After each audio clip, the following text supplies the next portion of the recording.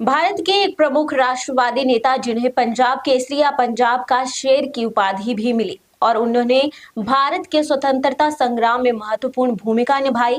यही नहीं, उन्होंने पंजाब नेशनल बैंक की स्थापना की शुरुआत की। जी हाँ, हम बात कर रहे हैं प्रमुख राष्ट्रवादी नेता लाला लाजपत राय की, जिनका जन्म 28 जनवरी 1865 को पंजाब के मोगा जिले में एक ब्राह्मण परिवार में हुआ। उनके पिता राधा कृष्ण एक अध्यापक थे और उनकी माता गुलाब देवी धार्मिक विचारों वाली महिला थी। धार्मिक और नैतिक शिक्षा का प्रभाव बचपन से ही लाला लाजपत राय के व्यक्तित्व में दिखता था। उन्होंने अपनी प्रारंभिक शिक्षा रेवरी और बाद में हिसार में पूरी की। कानून की पढ़ाई के लिए वे लाहौर गए और वकालत में कदम रखा, परंतु उनका झुकाव देश की सेवा की ओर था, इसलिए उन्होंने वकालत को छोड़कर भारतीय स्वतंत्रता संग्राम में भाग लिया।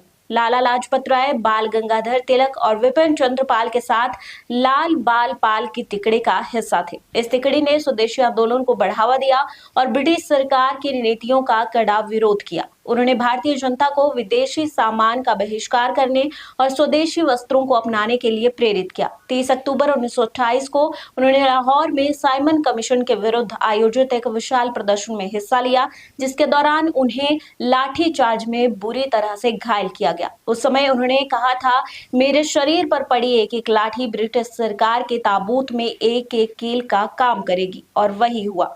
लाला जी के बलिदान के 20 साल के भीतर ही ब्रिटिश साम्राज्य का सूर्य अस्त हो गया। 17 नवंबर 1928 को उनकी चोटों की वजह से उनका देहांत हो गया। उनकी पुण्यतिथि को उड़ीसा में शहीद दिवस के रूप में मनाया जाता है।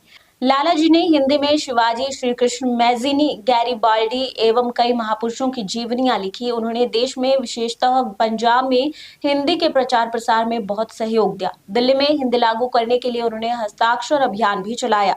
आज इस महान शख्सियत की जयंती है। अर्थ प्रकाश इस अवसर पर पंजाब के शेर को नमन करता है। ताज़ा अपडेट्स व बड़ी खबरों के लिए सब्सक्राइब करें आज प्रकाश टीवी और बेल आइकन दबाना न भूलें।